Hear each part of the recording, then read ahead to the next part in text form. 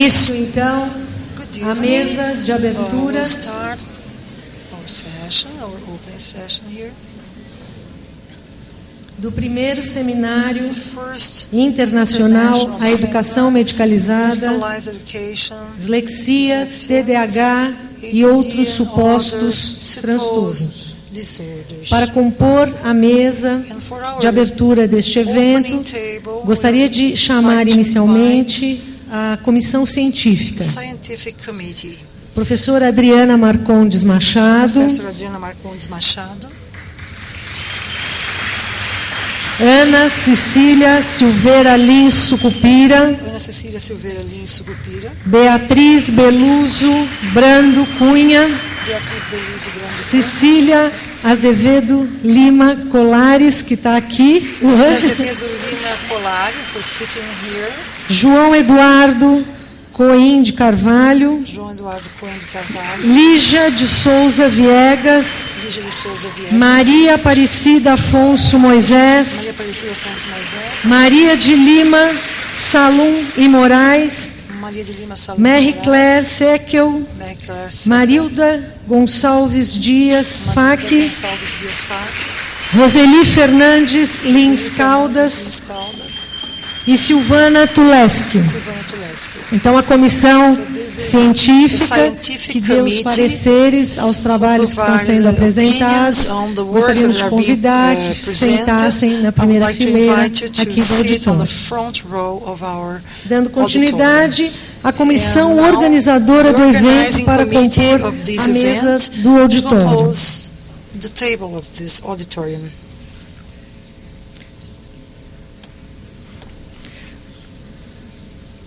Vice-presidente do Conselho Regional de Psicologia, 6ª Região, Maria de Fátima Nassif. Coordenadora da comissão organizadora do seminário, professora Marilene Proença Ribeiro de Souza. Representando também o curso de psicologia da Unip, professor Eduardo Coim de Carvalho. Grupo Interinstitucional Queixa Escolar, GIC, Beatriz de Paula Souza. Chefe de gabinete da Câmara Municipal de São Paulo, Elvio Moisés. Associação Palavra Criativa, Cláudia Perrota.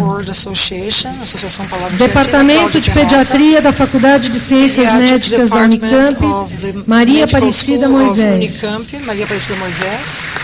Fórum de Saúde Mental do Butantã, Ariadne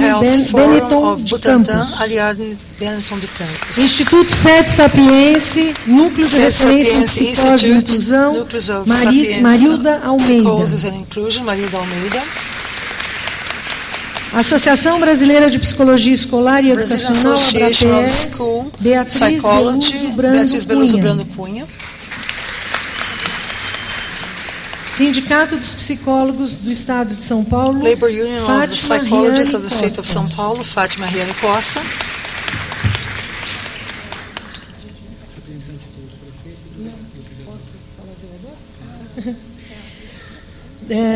Vereador Eliseu Gabriel, da Câmara Municipal de São Paulo. E representando o prefeito da cidade de São Paulo, Gilberto Kassab, Tereza Endo.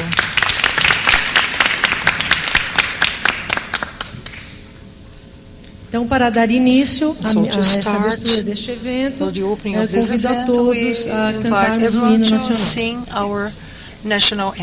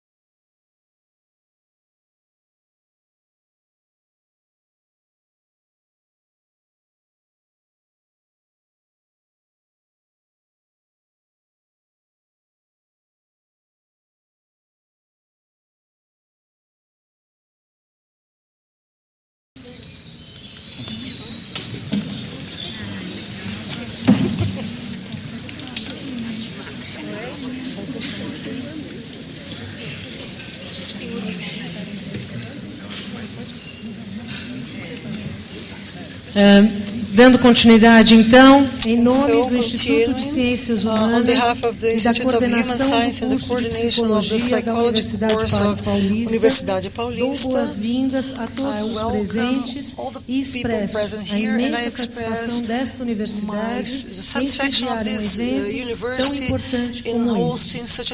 Dando continuidade, portanto, gostaria de dar a palavra à coordenadora da comissão organizadora deste evento, Professor Marilene Proença.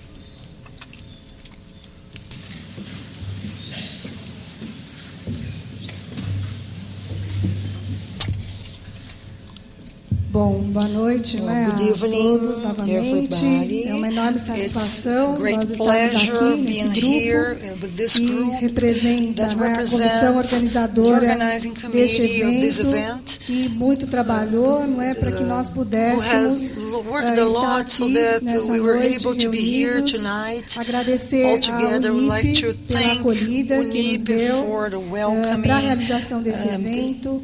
Nós tínhamos uma grande preocupação nessa organização quando fomos imediatamente surpreendidos com 2.000 inscritos em um mês de inscrições abertas para esse evento.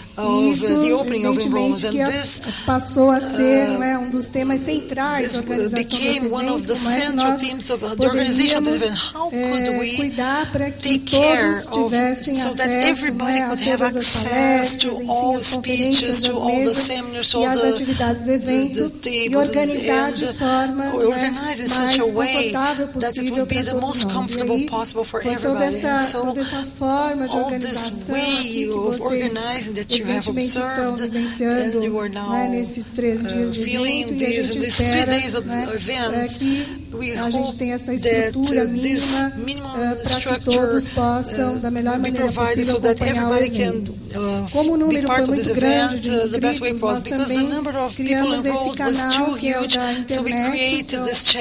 da internet, então todas as atividades que estão acontecendo neste auditório estão sendo transmitidas pelo canal a cabo, pela internet, of the internet channel and virtually, and they're being accessed by the people who are interested or who can follow this event in their own cities and regions. We would like to thank very much the presence of the representative of the Mayor of São Paulo, of the House of Representatives of the City of São Paulo, and Fátima Nassif, who came here representing the Regional Council of Psychology of São Paulo. And I'd like to say that we are all very glad to have provided and promote this event, and also would like to thank the 2 international guest speakers, Professor Peter Conrad and Professor Stephen Strauss. And this is the first time they come to Brazil, and we hope that they come back many times, and so that we are able to establish communication network with our own finds, our works, and this international link with other colleagues who can add to these researches, so that we are able to build a network of people who believe in the educational objectives and somehow work for a better and more fair society. Thank you very much. Então, como primeira conferência, gostaria de convidar a professora Maria Aparecida Moisés para coordenar I'd like to ask Professor Maria Aparecida Moisés to coordinate the first speech of tonight, and the other members of the organizing committee. I would like you to invite you to sit on the front row,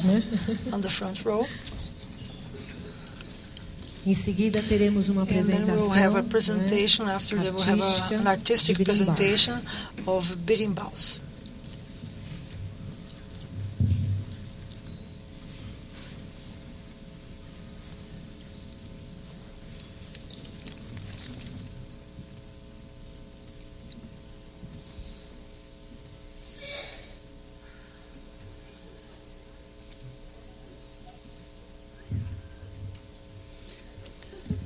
Bom, eu tenho a honra de ter sido designada para coordenar a conferência de abertura to coordinate the opening session of this event. Pelo professor Peter speech that will be given by Professor Peter Conrad, whom I invite to come to our stage and compose our table.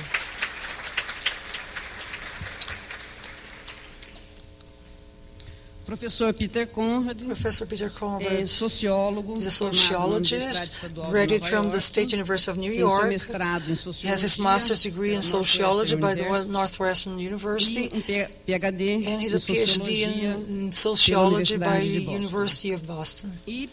É dos grandes and teóricos da questão da medicalização, que dos mais conceituados, one of the most renowned contribuído muito para todas as reflexões people in this area, and has contributed to all these reflections that we've been conducting. Tem várias menções honrosas. He received many honorable mentions. Back in 1976, he received one for his dissertation. And it was a prize was awarded by the Society of Psychological Studies of Social Issues. In 1971, he received an award, Charles Award in Paris, granted by the Society of the Study of Symbolic Interaction for his extraordinary contribution for the symbolic interaction. His book, Device of Medicalization, with the subtitle, a very intriguing, of bad acts to diseases. He's a visitor professor of McMaster University in Canada. He was the president of the Society for Studies of Social Issues, a Fulbright professor of Queen University of Belfast, and he received the Marcus Stone in America in 1987. He also received the Eldridge Reader Prize of the American Sociological Association. He received this for distinctive contributions for medical sociology in 2004. In 2007, he received a prize from the Lee Foundation for the recognition of his significant accomplishments along his distinctive career, who showed his continuous devotion to the founders of the studies of social issues, and mainly with the humanist tradition of Alfred Hill and Elizabeth Liebrein. And was a finalist of the Wright-Mills Award Society with the book Medicalization of Society. Para todos nós que organizamos For all of us who organized this seminar, it has been a great pleasure to have the availability of Professor Conrad, who immediately accepted our invitation, because he is a reference for all of us who work in this area. Quando comecei a estudar essas questões, to study these matters and these já na década de 70, in the 70s, principais one of the main texts que contribuiu para that contributed for discussion in my group was exactly a text by Professor Peter Conrad, and he has more and more he has contributed with various books infelizmente ainda não tem publicação that unfortunately have not been published yet in Portuguese, but they are available in English. And I believe that one of the projects of the forum is to think about the translation of some of the chapters of his books. I will pass the floor to Professor Peter, because I believe that we are all anxious to hear him.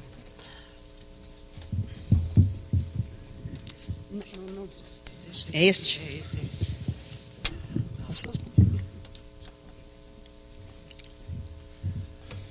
Thank you very much for that introduction, por essa apresentação, que eu entendi uma parte. This is my first day ever in é o meu primeiro dia no Brasil. In fact, I've been here about 8 hours. Faz 8 horas que eu estou aqui. Então, até agora está sendo sensacional. I'm going to talk eu vou falar hoje about something I've been interested uma coisa que eu for 35 years. Estou interessado há 35 anos. The topic of medicalization was the topic da medicalização, of my PhD dissertation back in 1976, da minha dissertação de doutorado em 1976, que acho que foi mencionado.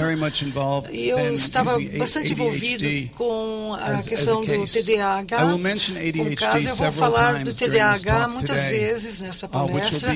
Então, que serão um pouco diferentes do que vocês ouviram hoje à tarde, quando falaram sobre as políticas públicas aqui em São Paulo.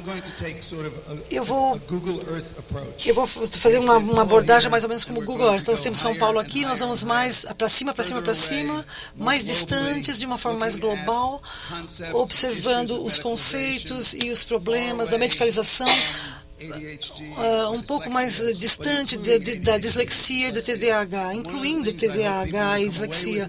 Uma das coisas que as pessoas trouxeram hoje é que o entendimento da medicalização não ocorre apenas nas escolas, como nós discutimos hoje anteriormente, mas é um fenômeno abrangente na sociedade, e eu acredito que seja muito importante entender isso. Os problemas em São Paulo, no Brasil, podem ser diferentes dos problemas que temos nos Estados Unidos, que é de onde eu retirei o meu próprio trabalho, de onde eu desenvolvi, mas as questões globais são compartilhadas, tanto com o que acontece aqui em São Paulo e no Brasil, como o que ocorre nos Estados Unidos e na Europa. Então, eu vou usar essa apresentação em PowerPoint, que está agora ali na tela. Bom, eu não preciso apontar, que bom. Bom, eu vou começar com algumas definições. Bem, medicalização significa tornar médico, quer dizer, tornar alguma coisa em um problema médico. E de uma forma mais técnica, quando eu quero explicar o que é medicalização, eu digo o seguinte: eu falo como que é um processo onde problemas não médicos, eles são definidos e tratados como problemas médicos, usualmente em termos de doenças ou distúrbios. É importante que eu lhes diga, eu sou um sociólogo médico, então eu olho para a medicalização como um sociólogo olharia para a urbanização, secularização, ou olharia para a industrialização.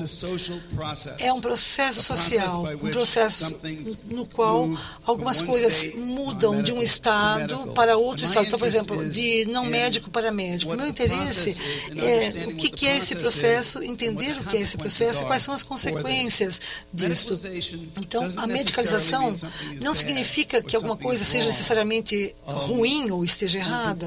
A gente pode pensar que a medicalização, por exemplo, da epilepsia, muitos de nós vamos concordar que a epilepsia é um problema, é um distúrbio, é um problema neurológico, mas os relatos históricos de como se tornou isso, porque quando a gente observar no início do século XX ou do século XIX, nós veríamos descrições que nós chamamos de epilepsia como se fossem pessoas que fossem possuídas pelo demônio, ou pessoas que tinham a doença sagrada.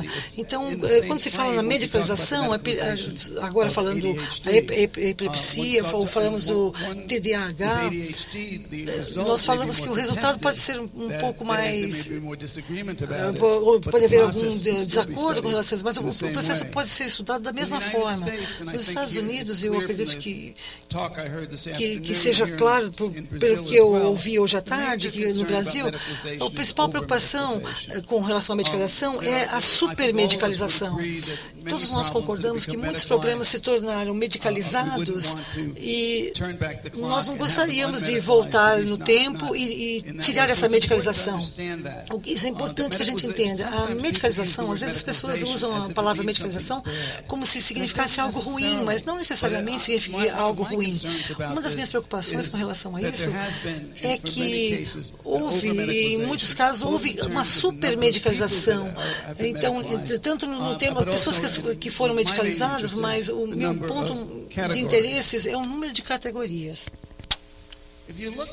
Se vocês derem uma olhada aqui, nós temos diagnósticos sérios. Eu vou mencioná-lo para vocês de forma que ele possa ser traduzido.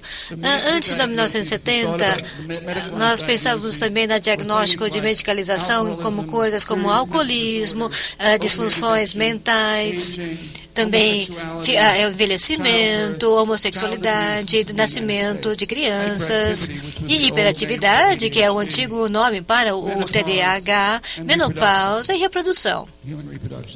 Então, esses eram problemas que considerados como médicos antes de 1970. Mas olhando para a segunda lista, esses são os problemas que, quando eu dou meu curso de sociologia, a primeira vez que eu fiz isso foi em 1971, nós não incluímos a maior parte dessas doenças como sendo problemas médicos. E esse é o problema de você medicalizar nos últimos 40 anos.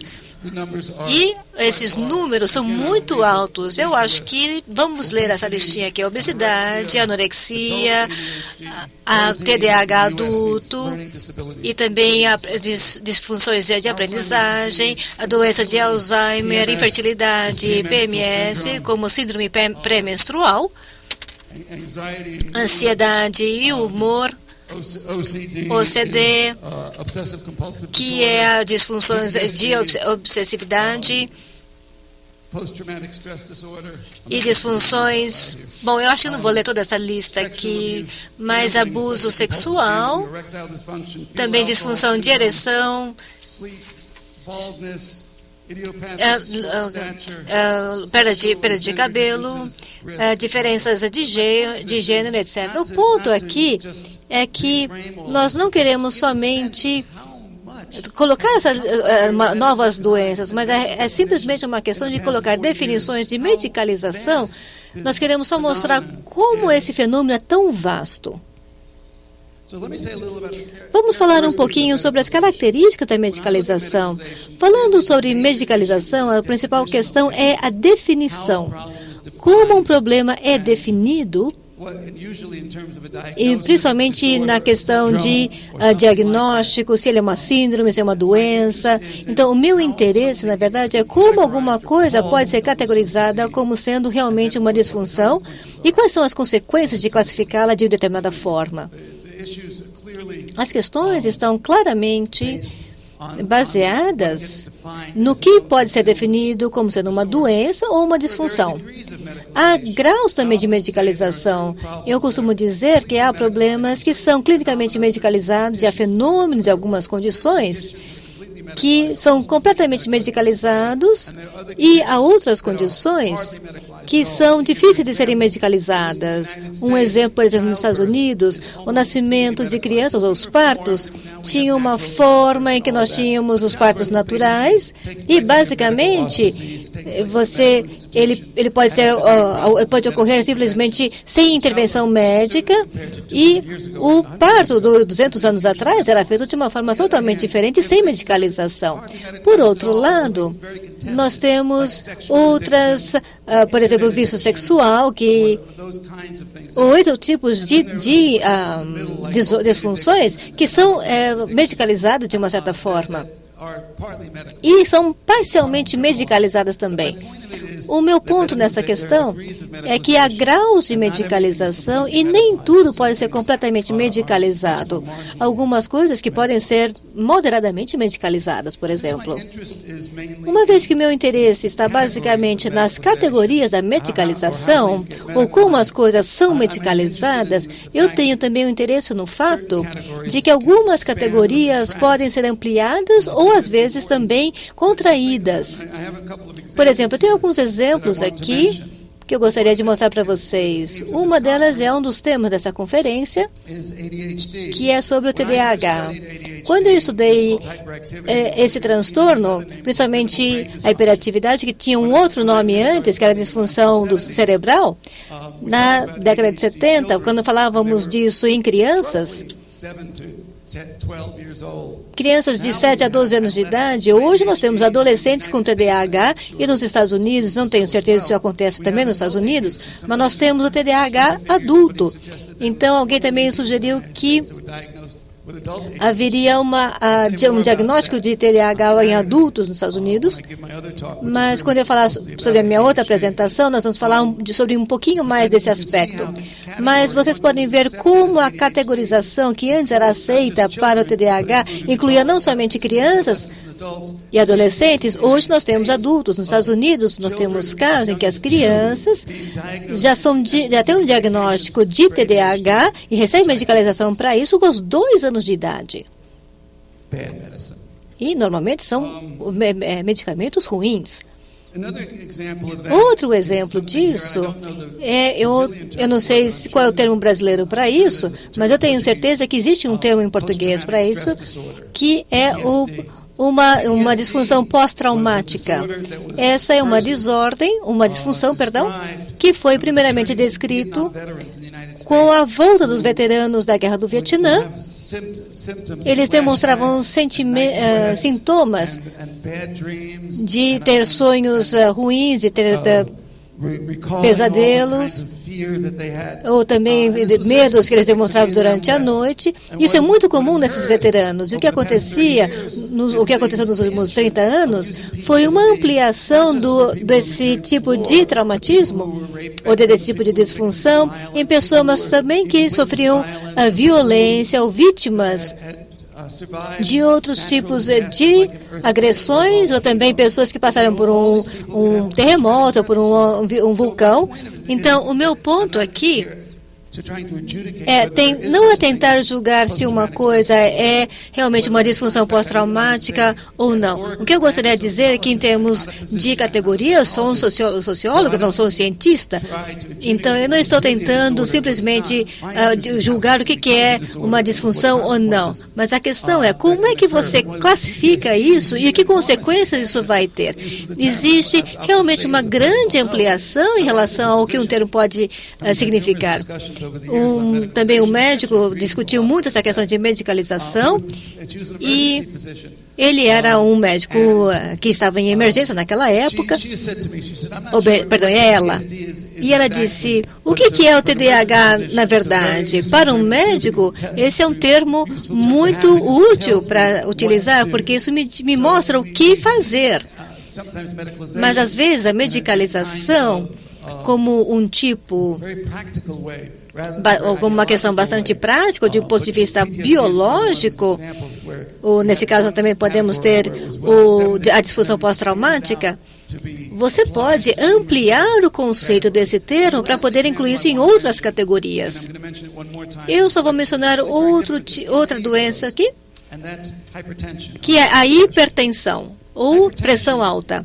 A hipertensão, nós todos concordamos que, pelo menos a maior parte dos médicos concorda que a pressão alta é um fator de risco para doenças cardíacas, também derrames, e pessoas com hipertensão normalmente tomam remédios.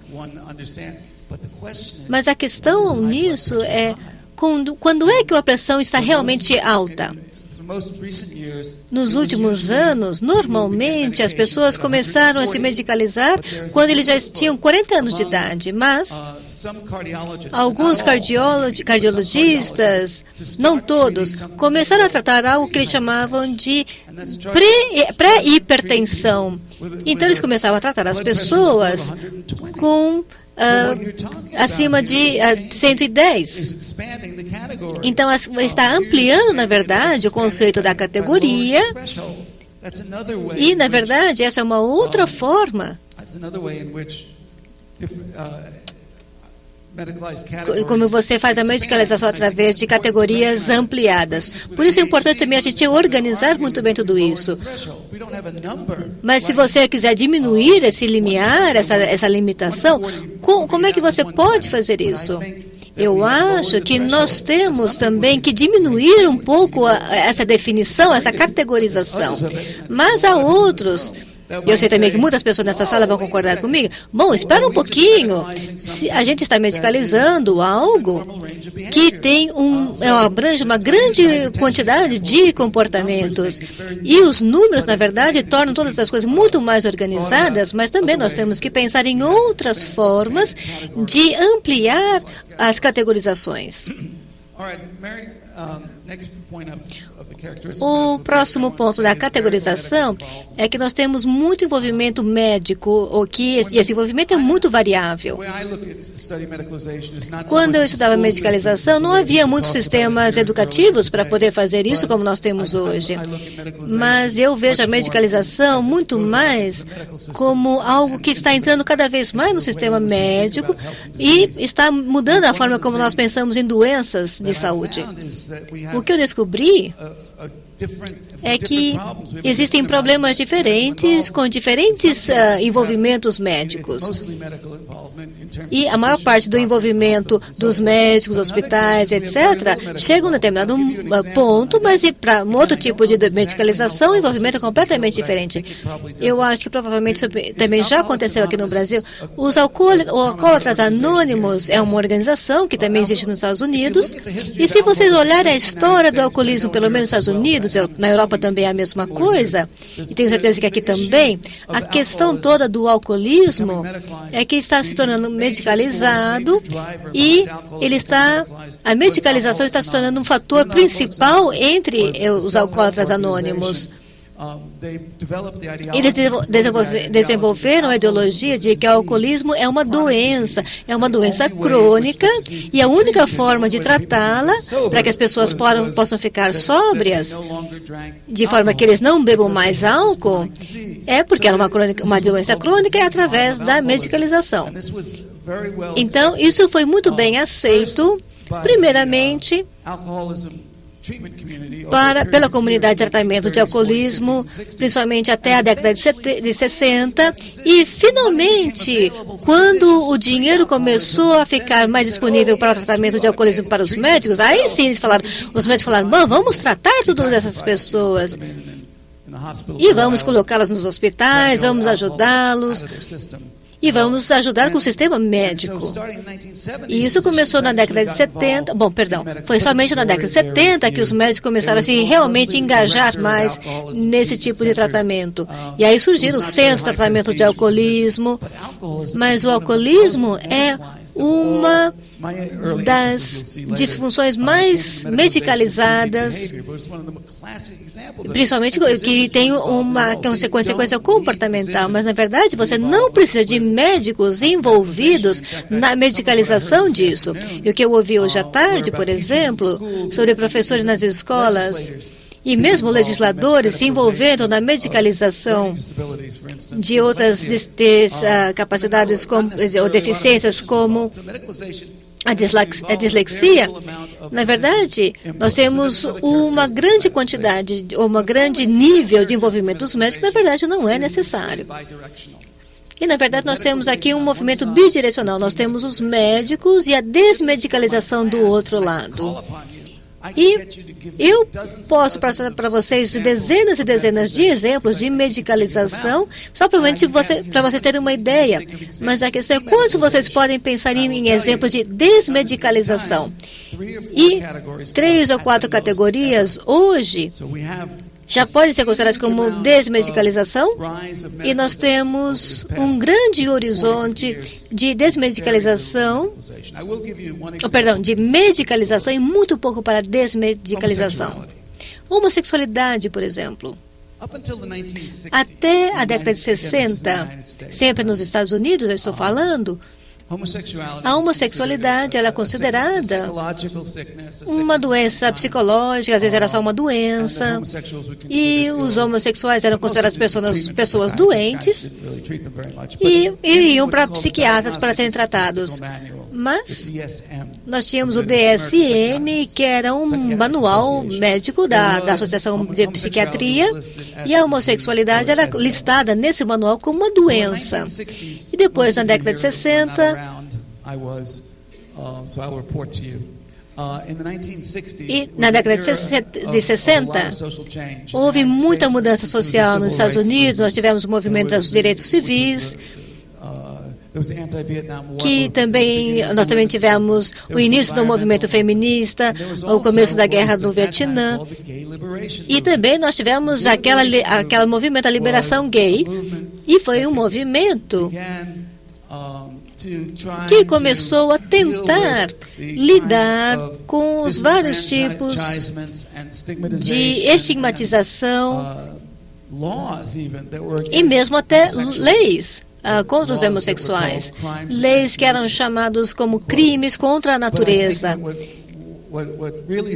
Mas o que é interessante aqui é que na década de 60,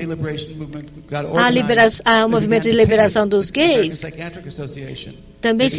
e a Associação de Psiquiatria realizar algumas sessões científicas para poder... Bom, a Associação de Psiquiatria queria dizer que os homossexuais deveriam ser heterossexuais, e a comunidade disse, bom, olha só quem é que está fazendo pressão aqui. Olha só o que a Associação de Psiquiatria está fazendo conosco. E depois nós tivemos o presidente da Associação de Psiquiatria que se expôs muito nessa questão. E, para encurtar a história, a Associação de Psiquiatria, em 1973, votou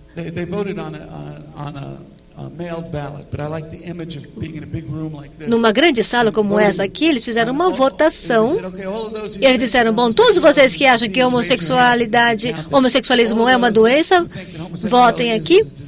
E outros acham que não é, então levante a sua mão agora. E hoje a homossexualidade não é considerada doença. Mas se vocês acham que a gente pode classificar uma doença dessa forma, simplesmente votando, não é realmente a solução. Mas foi por causa disso é que a homossexualidade foi desmedicalizada. E, na verdade, ela também foi politizada, como o movimento gay chama isso. Hoje há outros nomes para isso, mas, na verdade, esse é um bom exemplo. Outro também que eu gostaria de mencionar é, por exemplo, olhando a literatura médica e científica da década de 80, vocês verão uma grande quantidade de literatura profissional sobre a masturbação considerada como doença. Há dois tipos de doenças. Uma é chamada de onanismo e a outra é chamada de insanidade masturbatória. É uma masturbação que deixa a pessoa maluca, louca. Já pensamos em muitos artigos médicos, como todos vocês devem achar. É claro que eu não tenho que mencionar todos eles, mas a masturbação hoje não é mais medicalizada. Mas a questão que é interessante é que, por um período de 30 ou 40 anos, a masturbação foi medicalizada. E eu pergunto aos meus alunos, de vez em quando, o que vocês acham que 50 anos se a gente olhar, daqui a 50 anos, olhar para 2010, qual será a masturbação de 2010? O que nós vamos olhar em 2060? Bom, eu não vou estar aqui, mas alguns de vocês estarão. Então, o que seria considerado como uma masturbação desse ano? Eu não estarei aqui. Ou seja, quando a gente olha 50 anos atrás, o que eles estavam pensando? O que eles achavam? Porque hoje a gente olha para trás, em 1880 até 1910, essa época onde a masturbação era uma doença, o que eles estavam pensando? O que eles achavam disso? Então eu fico pensando daqui para frente, daqui a 50 anos, olhando para nós. Infelizmente eu não vou saber o que as pessoas vão pensar no futuro sobre o nosso presente. Bem, eu vou mudar um pouquinho o rumo aqui, vou falar dos mecanismos da medicalização, aqueles fatores importantes que estão realmente levando à medicalização. Então, como eu disse, mais uma vez, meu ponto de vista é aquele amplo, de cima para baixo, e veja, começa a partir dos Estados Unidos, na minha opinião, aqui, mas eu vou falar dos primeiros mecanismos que deram origem até os últimos 20 anos atrás. Aí o que eu chamo de mecanismo de mudança. Os primeiros mecanismos foram a profissão médica, concursos de organizações ou interprofissionais e movimentos sociais. Então, a profissão médica certamente está envolvida com a medicalização. Um exemplo clássico é a medicalização do parto. Se nós olharmos há 100 anos atrás, um pouquinho mais de 100 anos, ou um século, eu acho que é uns 110 anos atrás, nós vamos descobrir o seguinte, que a maioria dos bebês nasciam em casa com parteiras. Agora, nos últimos 100 anos, o parto se tornou um ponto crítico para ser medicalizado. Isso, a profissão médica, isso foi uma colonização dos médicos. A gente chama de colonização, os médicos queriam dominar o mundo. Nesse caso, sim. Basicamente, os médicos desenvolveram uma organização ampla que, essencialmente, nos Estados Unidos, ela acabou assim, eliminando a profissão de parteira. Praticamente não existem mais parteiras nos Estados Unidos, e a profissão médica também contribuiu para a medicalização da TDAH ao longo desse século. E no caso das organizações interprofissionais, eu vou mencionar, por exemplo, que às vezes nós temos problemas na nossa sociedade. Por exemplo, pessoas que são viciadas em drogas. A quem pertence esse problema? São problemas jurídicos, são problemas... As pessoas criminais precisam ir para a cadeia ou precisam ser tratados com o médico. Então, é um problema que precisa ser medicalizado, enfim, com outras drogas diferentes daquelas que a pessoa está viciada. É difícil dizer. Então, existem umas batalhas entre diferentes organizações, e isso acaba terminando na medicalização. E finalmente, eu falei dos movimentos sociais. Eu falei um para a medicalização e um para a desmedicalização. Então, o alcoolismo, por exemplo, houve um movimento social fora da profissão médica. E, por exemplo, na desmedicalização, nós tivemos um movimento dos direitos dos gays. Então, como eu já mencionei anteriormente, a questão da desmedicalização, eu vou falar agora dos mecanismos de mudança da medicalização. Nós temos o que eu vejo como muito diferentes, ou tipos muito diferentes de motores de medicalização, que eu estava falando. Eu vou mencionar os 3 primeiros aqui. A biotecnologia, especialmente a indústria farmacêutica e também a genética. Em segundo lugar, os consumidores. E terceiro, um cuidado administrado. Eu estou falando isso na indústria de seguro-saúde. Nos Estados Unidos ainda é comandada pelo governo, uma boa parte. Então, a biotecnologia e a indústria farmacêutica, como vocês podem ver em alguns exemplos que eu vou apresentar mais tarde nessa palestra, a indústria farmacêutica foi muito preponderante na medicalização de diversos tipos de problemas. Por exemplo, eu vou apresentar 2 casos daqui a pouco, mas só para vocês terem uma ideia, as indústrias farmacêuticas não são um componente neutro, de forma nenhuma. Eles são muito envolvidos na criação de distúrbios, ou pelo menos eles amplificam o conhecimento desses distúrbios para poder tratar. Então, anunciam os tratamentos desses distúrbios, desenvolveram ou criam, descrevem o problema e fornecem o tratamento. Então, eles são intrinsecamente envolvidos. A indústria farmacêutica é uma das indústrias, uma das 2 mais lucrativas indústrias dos Estados Unidos, e eu acredito que... Bom, eu tenho uma irmã que sofreu de depressão, 5 crises, e ela sofreu durante 5 anos. E nos últimos 30 anos, ela sobreviveu com umas drogas, foi medicalizada. Mas, como muitas pessoas estão sendo tratadas com diversos tipos de depressão, e a indústria farmacêutica acaba trazendo outros problemas ao tentar solucionar. Então, cria anormalidades, entre aspas, que devem ser tratadas, que não necessariamente deveriam ser vistas dessa forma. Enfim, há diversos casos. E com relação à genética, também gostaria de dizer umas palavras. O potencial da genética para a medicalização é amplo, é enorme. Nós ainda não atingimos todos os estágios onde a genética será um grande, importante ator, nesse caso, para a medicalização. Ainda não é tão forte quanto a indústria farmacêutica. Com relação aos consumidores, eu vou falar um pouco mais sobre isso, mas nos Estados Unidos, é claro, não posso falar sobre o Brasil, não tenho conhecimento sobre o Brasil, mas Mas nos Estados Unidos a medicina se tornou, os remédios se tornaram um produto de consumo. Nós temos uma versão extrema que é a medicina cosmética, mas nós como consumidores consumimos medicina e medicamentos. Nós temos uma coisa nos Estados Unidos que vocês não têm no Brasil. Vocês têm muita sorte.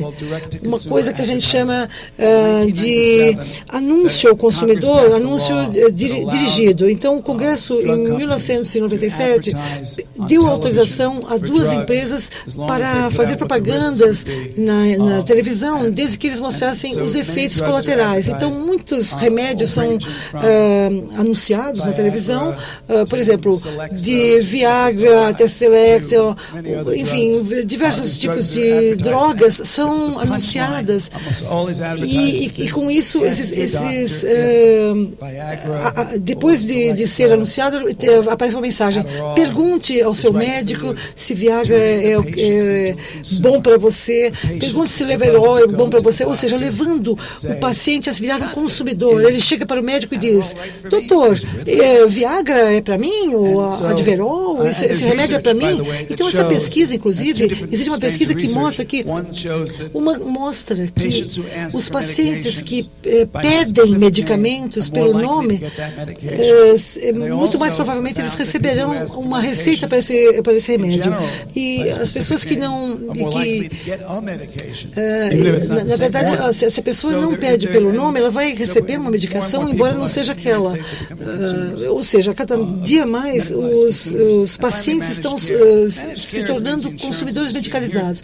E com relação aos cuidados gerenciados, ou seja, a indústria de cuidados, eu acredito que a questão é a seguinte: ao fornecer alguns tipos de tratamentos, de diagnósticos, que nós temos determinados tipos de tratamento, eu costumo dizer o seguinte: eu acredito com relação aos limites da obesidade como uma doença, não como um fator de risco, mas como uma doença em si mesma, a obesidade, como é medicalizada.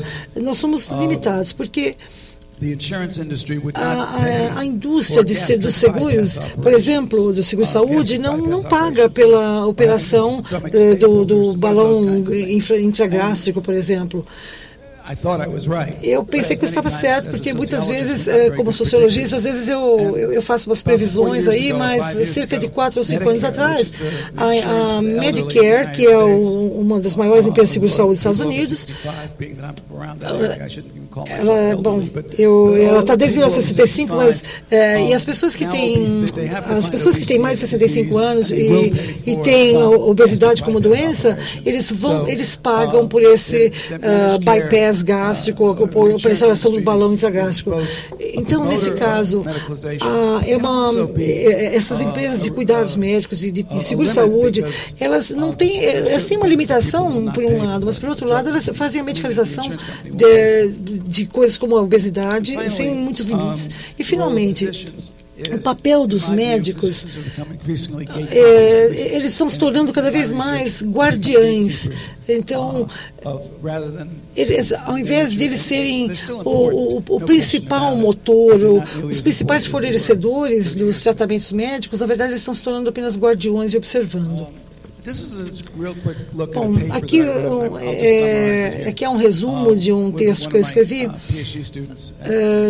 para os meus estudos de doutorado, e nós consideramos no ano 2005 qual foi o custo da medicalização de todos esses distúrbios, 12 distúrbios. O custo desses distúrbios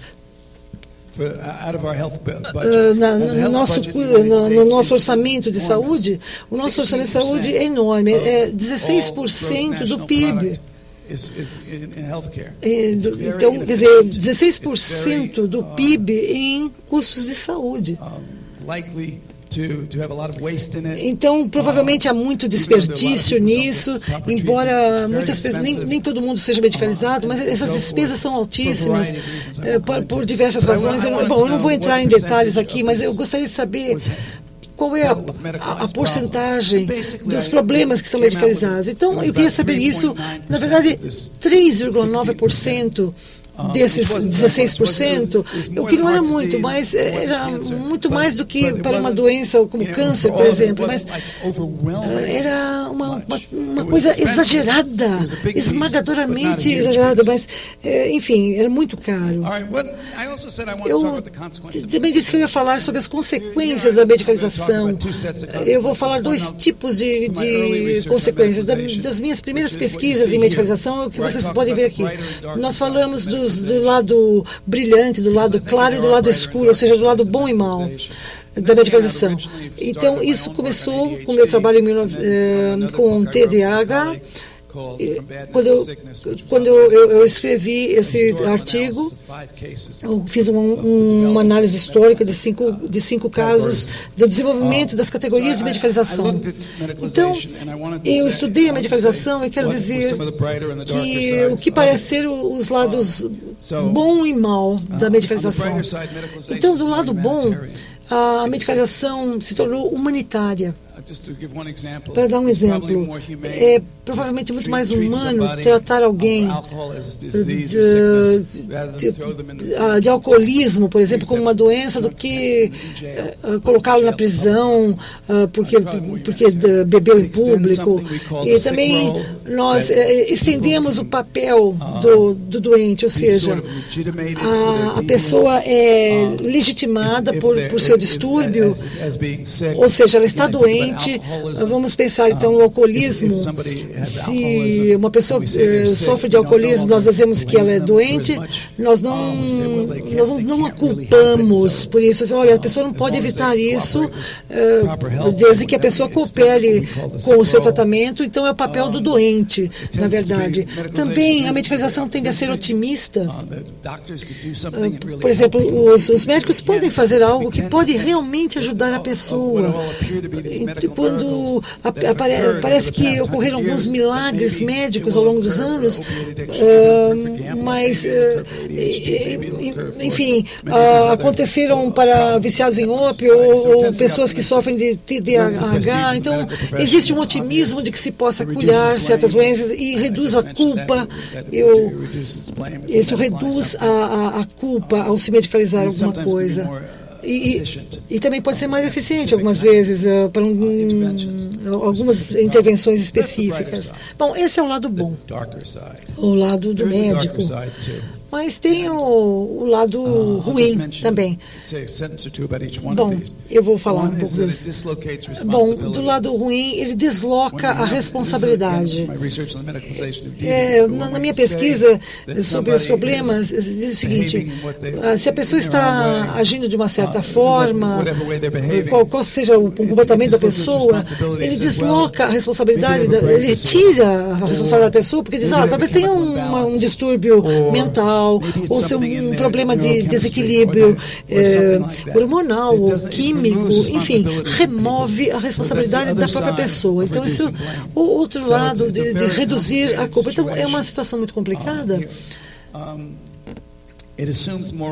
E também assume uma neutralidade moral. Então, nós temos as categorias médicas são moralmente neutras. Como eu disse, a masturbação no início dos anos 1900 era um crime, era uma doença. Então, um exemplo clássico que eu vou compartilhar, porque é muito dramático. Um artigo publicado em 1851 em uma revista médica muito prestigiosa em New Orleans. Era a revista de medicina de New Orleans, e o artigo fala de que falava de uma doença chamada dopdomania, que não existia, eu não sabia o que era. Era uma doença que foi promovida e só acontecia em algum número de pessoas, os escravos negros. Então, a forma que ela era assim: os negros respondiam aos seus mestres brancos. Então, em casos extremos, você poderia ver que havia valores morais que estavam sendo colocados ali. Isso foi antes da Guerra Civil Americana, onde os escravos foram libertados. Mas eu creio que é importante reconhecer essa dropidomania como uma doença séria. E qual era o tratamento? Bater nos escravos, surrar os escravos, aí tratava a doença de responder para os seus mestres. Um outro exemplo aqui. Não é exatamente uma categoria de doença, mas com relação a noções morais que o médico não aceita. Nos Estados Unidos, até 1920, as mulheres não podiam votar. Então, se você lerem revistas médicas antes de 1920, vão muitos artigos que iam contra o movimento feminista em favor do sufrágio, em favor do voto universal, porque dizia que isso a mulher não podia fazer porque o cérebro ia expandir, ia acontecer algum problema com a mulher. Então, vamos falar das noções morais sendo trazidas à categoria médica. Eu não sei se nós já vimos isso nas categorias de medicalização, mas estou usando exemplos extremos onde a moralidade interfere nas definições. Uma dominação pelos especialistas, por exemplo, é um lado ruim. Por exemplo, quem vai falar que a criança tem TDAH? O médico? Não. O psicólogo da escola diz que sim. Enfim, não é uma briga muito justa, muito equilibrada, porque os especialistas tendem a dominar. Também um controle social médico, eu vou falar um pouco mais daqui a pouquinho. Enfim, esses são... eu disse que eu fiquei muito feliz que eu vi psicólogos discutindo como sociólogas. Fantástico! Eu falei hoje à tarde sobre isso. Fiquei muito feliz em saber que os psicólogos estavam discutindo como sociólogos. Estavam falando de problemas sociais individualizados, como dislexia. Individualiza o problema. Você fala com a escola, do currículo. Você não sabe como vamos ensinar essas crianças. Não sei como ensinar essas crianças, mas isso, por exemplo, nos Estados Unidos nós temos as diferenças de aprendizagem ao invés de falar em distúrbios de aprendizagem. Então, o fato de nós termos problemas de ensino. Se eu dissesse para vocês que vocês... Dois exemplos interessantes. Se eu dissesse para vocês, ou perguntasse para vocês sobre quantas pessoas podem me descrever distúrbios de aprendizagem, dislexia, dislalia, disgrafia, enfim, distúrbios de leitura, de escrita. Agora eu vou fazer outra pergunta. Quantos vocês podem falar dos desordens, dos distúrbios de ensino? Por que a gente não medicalizou os distúrbios de ensino? Pergunta aos alunos, eles sabem quais são os sintomas. Os sintomas são fala monótona, falta de organização mental, mas a gente não medicaliza os distúrbios de ensino. Por quê? Por que as crianças têm que ser medicalizadas? Então, mais uma pergunta para vocês, com relação a individualizar os problemas sociais. Bom, aqui outra história. Essas crianças na sala de aula, por exemplo, são 30 alunos e o professor está lá e depois as crianças fazem barulho, fazem bagunça, eles não levantam a mão na hora de falar alguma coisa, eles não são violentos, eles simplesmente não prestam atenção e o professor pensa que eles têm que fazer alguma avaliação, aí ele chama a enfermeira, chama o psicólogo e fala para tirar todas as crianças dali, para poder fazer uma avaliação deles, e depois os especialistas definem que eles têm TDAH e dão drogas para eles, depois as crianças voltam para a escola e aquilo é um grande sucesso. E agora os professores estão contentes, os alunos estão contentes, é a mesma situação. E, na verdade, só por causa da bagunça, o professor ficou maluco. E quando você fala para um médico, o médico não vai dar avalio para o professor? Não, ele vai dar remédio para as crianças. Quando você quer fazer esse tipo de pensamento e repensar toda a situação, a situação deveria ser totalmente diferente. nós temos um comportamento de despolitização. Quando você medicaliza o comportamento, você tira todo o significado disso. Um exemplo foi na União Soviética, alguém deve se lembrar da década de 70, quando nós tivemos um incidente político e uma pessoa foi hospitalizada e diagnosticada como tendo esquizofrenia com ilusões deformadoras. Qualquer pessoa que fosse contra o regime da Rússia naquela época deveria estar maluco. Então, claro que ele era hospitalizado, mas a tentativa foi de tentar cobrir o que ele estava dizendo, despolitizando a situação, dizendo simplesmente que ele tinha sintomas de uma doença. Eu não sei quantos russos realmente acreditaram nessa história, mas essa foi uma tentativa de despolitização. Eu não posso pensar em todas as crianças que também foram constatadas como tendo TDAH simplesmente porque eles sofriam de ter um mau ensino na escola. Mas tornar isso como um sintoma clínico, na verdade, é o que faz com que essas crianças sejam constatadas como tendo TDAH e sejam tratadas como tendo esse tipo de doença. Bom, vamos falar agora sobre a minha própria visão de medicalização e como é que eu ligo essa apresentação com algumas das insatisfações que eu tenho em relação à medicalização. Isso é o que eu chamo da patologização de tudo. Tudo acaba sendo patológico no ser humano. E se é patológico, tudo tem que ser tratado. Isso realmente é um problema. Só para contar uma historinha para vocês. Eu já falei sobre uma pessoa, há um artigo também, que foi publicado por uma das pessoas mais estratégicas na área de medicina, e foi publicado em 94. Isso se chama A Última Pessoa Bem, que estava bem de saúde. E a história é mais ou menos assim. Um professor de faculdade numa pequena cidade de Ohio, é uma escola bem pequena, uma faculdade pequena, e esse professor foi para o médico, e o médico deu vários testes para ele fazer, vários exames, como os testes de sangue, raio-x, todo esse tipo de exames. E em todos os exames, o médico deu uma olhada nos resultados e falou assim: olha, eu não acho que você tem alguma coisa errada, mas você é a última pessoa com saúde nos Estados Unidos, a última pessoa que não tem nenhum diagnóstico de doença. E é nesse ponto que a medicalização vai chegar. E nós vamos fazer o nosso próprio diagnóstico.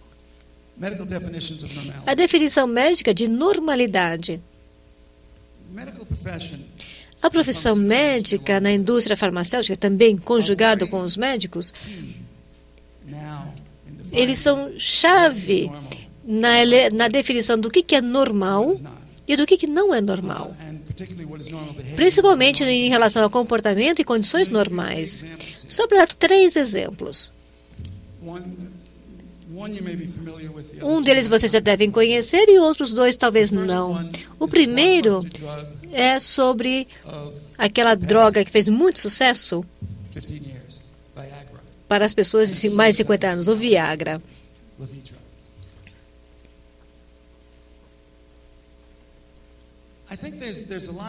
Eu acho que há muita evidência para sugerir que há pessoas que também têm anemia. Então, à medida que uma pessoa cresce, ele tem a capacidade sexual das pessoas vai mudando também. Não é que ele vai piorando, mas simplesmente muda. Então, quando... Bom, eu acho que é uma história bem interessante. O Viagra foi originalmente desenvolvida... Todos vocês sabem, o nome é o mesmo aqui no Brasil? Tudo bem. Sim? É, o nome é igual. Então, quando o Viagra foi desenvolvido pela primeira vez, ele foi feito como uma droga para hipertensão e não funcionou muito bem. Mas a empresa farmacêutica percebeu que havia venda de medicamento extra. E eles começaram a perguntar: por que vocês estão devolvendo esses comprimidos? Aí as pessoas começaram a falar, bom, espera um pouquinho. Foi aí que o Viagra começou a ser utilizado para disfunções eréteis. E depois eles acabaram mudando um pouquinho o nome original desse remédio para poder adequá-lo ao novo uso dele.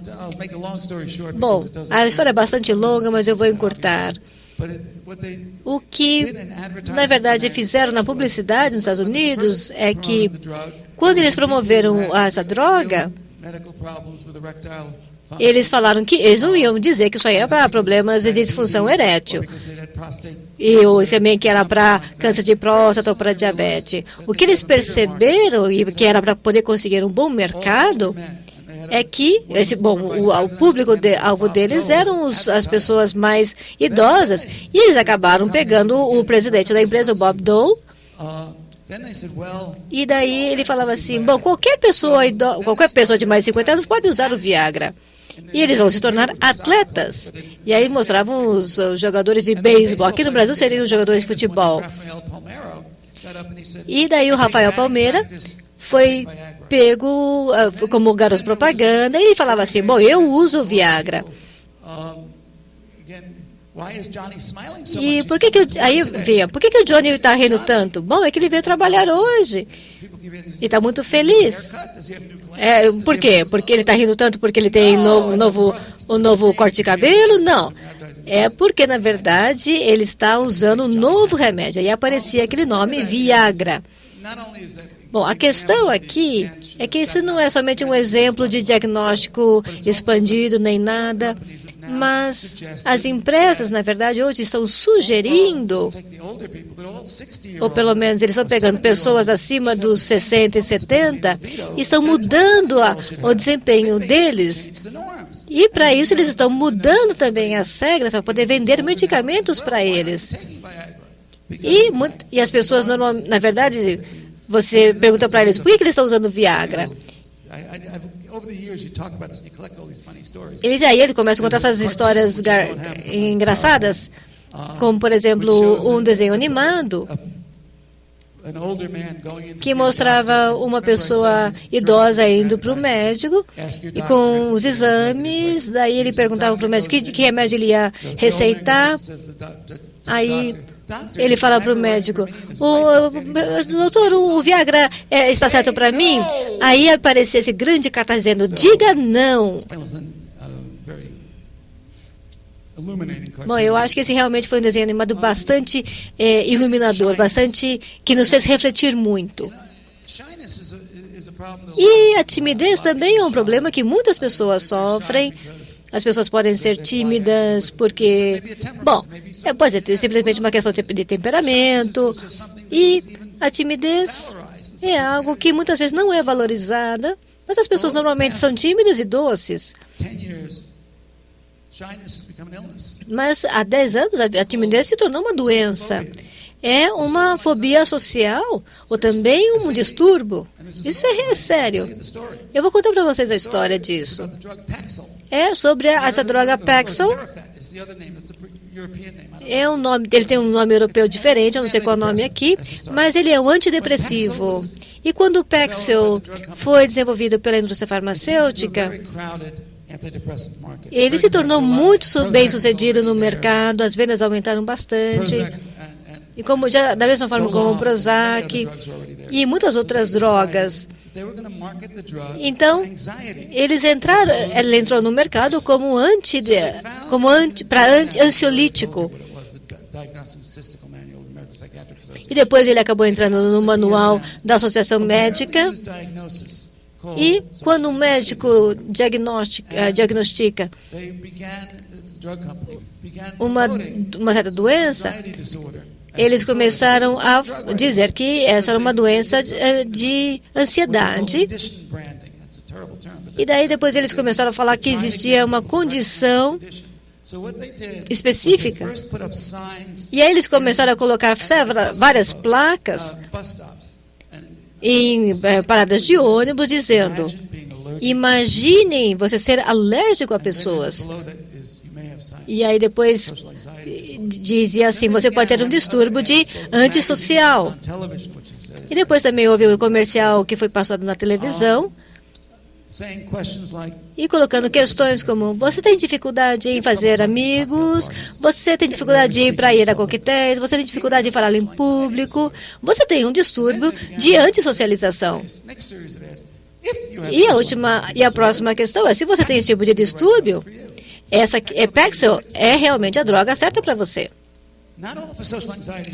E ele não é somente um remédio para isso, ele é somente para isso também. E o Christopher Lane, por exemplo, ele disse como poderia ser, como seria uma nova doença, eu não me lembro exatamente do nome, mas as indústrias farmacêuticas não são nada tímidas para fazer uma exploração com seus medicamentos. E depois, a outra doença que eu gostaria de falar para vocês é a questão de ser baixo. E a questão de estatura é simplesmente uma questão de tamanho do corpo. O ser humano tem hormônios e vocês sabem, eu não vou falar de várias controvérsias sobre as pessoas atletas, mas não vamos falar disso. Mas até 85 era muito raro, muito difícil você ter você só conseguia ter um pouco desse tipo de tipo de doença que tem um tratamento heterogênico, que é algo muito semelhante com a doença que é causada por remédios. Isso era utilizado para tratar pessoas que tinham uma deficiência de hormônios. E até 85 era muito raro utilizar isso. E naquela época, a indústria farmacêutica, para benefício de muitas pessoas, com esse tipo de deficiência, desenvolveu um hormônio de crescimento artificial, que era muito mais barato, muito mais seguro e certamente muito mais fácil de promover. E eles só puderam comercializar isso ou promover isso legalmente para pessoas que tinham realmente uma deficiência hormonal, principalmente. O Genentech é o nome da empresa, foi agora que eu me lembrei. E eles acabaram promovendo esse medicamento para pessoas que iam aos médicos, então eles recebiam uma amostra grátis desse remédio e era para tratar também crianças que provavelmente tinham uma tendência a ser baixas. E muitas vezes os pais ficavam muito ansiosos em não ter seus filhos que não crescessem. Então, houve uma estigmatização naquela época para que realmente as crianças fossem mais altas e as crianças mais baixas seriam estigmatizadas pela sociedade. Então, os candidatos mais altos seriam aqueles, por exemplo, que seriam os presidentes dos Estados Unidos. Isso foi o que uma pesquisa mostrou. Então, as pessoas começaram a pensar que a questão de estatura baixa teria que ser medicalizada até um certo ponto, principalmente as pessoas que tivessem um distúrbio hormonal muito sério. Mas hoje, nós temos que as pessoas são consideradas baixas e são normais, simplesmente por uma questão de genética. Há muitos pais que ficam muito ansiosos e acabam levando as crianças ao médico por causa desse tipo de problema, mas a medicalização, nesse caso, não faz com que uma pessoa que tem uma tendência a ser baixa vai se tornar mais alta e nem vai se tornar um atleta, como um jogador de voleibol ou de basquete. Eu percebi que o custo médio, deixa eu ver se eu lembro disso aqui rapidamente. Nós temos normalmente um ganho de 2 polegadas, ou praticamente 4 centímetros, em termos da estatura da pessoa quando toma esse remédio. E a média de custo é de $10 mil durante 5 anos. São 20 mil dólares. Somente para você crescer 4 centímetros. E, no final das contas, o governo federal dos Estados Unidos investigou o Genentech e, bom, eu não me lembro exatamente, foram 50 milhões de dólares naquela época, e o governo gastou esse dinheiro para promover esse dinheiro, para fazer com que as pessoas crescessem. E esse novo medicamento foi aprovado somente para pessoas que tivessem uma deficiência hormonal de crescimento. Para que as pessoas pudessem ser tratadas com esse remédio. Mas eu não estou sugerindo nada, só estou falando que isso é um caso e que muitas vezes existem normas. Você não pode dizer simplesmente para a pessoa que ela não pode ser baixa. Bom, vamos ver o próximo caso. Nós temos uma ampliação do controle social médico. Isso está relacionado com o que eu ouvi hoje à tarde. Há muitos sociólogos aqui que nós falamos sobre o controle social médico, de uma forma como os problemas, definições médicas, enfim, como se lidam com esses problemas em nome da saúde. Por exemplo, o tabagismo, as dietas, alguma coisa que nós temos nos Estados Unidos fetal alcohol syndrome, é tratado o distúrbio das pessoas que ingerem álcool, as mulheres, enquanto estão grávidas, que o bebê vai nascer com problemas de tendência ao alcoolismo. Então, se a mulher está grávida, ela tem que interromper a ingestão de álcool. Então, as pessoas vão falar, não beba, mas os testes já provaram que se você beber 1 ou 2 copos de bebida alcoólica, não vai resultar em nada grave. Enfim, o bebê não será alterado. Bom, eu não estou dizendo que você deve ou não deve beber enquanto estiver grávida, mas, de qualquer forma, existe esse distúrbio sendo criado. Mas eu acredito que a questão aqui é que é um exemplo de um controle médico-social com relação a essas normas. Então, por exemplo, uma vigilância maior, uma vigilância médica maior. Então, hoje nós temos que tomar cuidado com a nossa pressão arterial, com o colesterol. Então, por exemplo, exames de próstata. Enfim, as pessoas necessariamente estão sob uma vigilância médica. Isso é um controle social médico também. Então, David Armstrong escreveu sobre isso. E também mecanismos de controle social médico. Então, por exemplo, o uso de medicamentos psicoativos para controlar o comportamento das crianças na escola, ou então o comportamento das pessoas que estão em casas de repouso para pessoas idosas.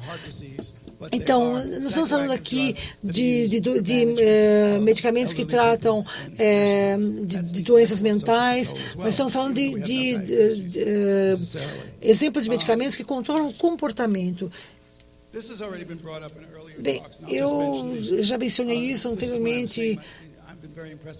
Eu fiquei muito bem impressionado que os psicólogos estejam discutindo como sociólogos. Então, a gente tem um enfoque mais estrito nos indivíduos ao invés do contexto social. Então, isso obscurece as forças sociais e reforça os concertos tecnológicos dos problemas sociais, e às vezes as causas fundamentais, por exemplo, são causas genéticas. Então, eu gostaria de falar um pouco sobre isso. Eu vou acelerar porque não terei tempo para perguntas. Assim. Então, nos Estados Unidos, há um número crescente de fatores que contribuem para a medicalização são os mercados médicos e os mercados de consumidores. Então, nós temos uma comercialização dos remédios e da medicina, parcialmente relacionada àquela lei de anúncios ao consumidor, e os consumidores se tornaram um fator, um motor para essa tendência. Deixe-me mencionar mencionar aqui, uma das áreas mais amplas da medicina comercializada dos Estados Unidos, que a gente não pensamos em medicalização, mas é a medicalização dos corpos. Isso é tratado nas cirurgias cosméticas. Aliás, a cirurgia cosmética é um dos setores que mais desenvolve. Essa cirurgia cosmética ou cirurgia plástica há uma tendência muito grande de se mas não é coberta pelo seguro-saúde. Então, a gente vê muitos anúncios, nós vemos anúncios na imprensa, vemos anúncios nos jornais, exemplos de cirurgias plásticas, programas. Enfim, uma vez que essas cirurgias se tornaram mais seguras, estão aumentando o número, cerca de 25 mil a 50 mil cirurgias por ano. Então, se você olhar as revistas, você vê anúncios nas revistas. Por exemplo, eu estava no consultório do meu dentista e estava lendo uma revista. Eu estava folheando aquela revista, que é uma revista chamada Cosmopolitan. Aliás, não devia falar isso porque isso é uma revista para mulheres, é a nossa nova aqui no Brasil. Então, é uma revista muito bonita, cheia de anúncios, e no final tem uma série de anúncios no final da revista que são sobre... São os que custam mais, e ele diz que você pode, por exemplo, um anúncio com R$2.999, com o seu cartão de crédito você poderia pagar esse produto. Eles iam ajudar você a obter um empréstimo ao consumidor. Veja, era um consultório médico anunciando um crédito para você fazer a cirurgia plástica.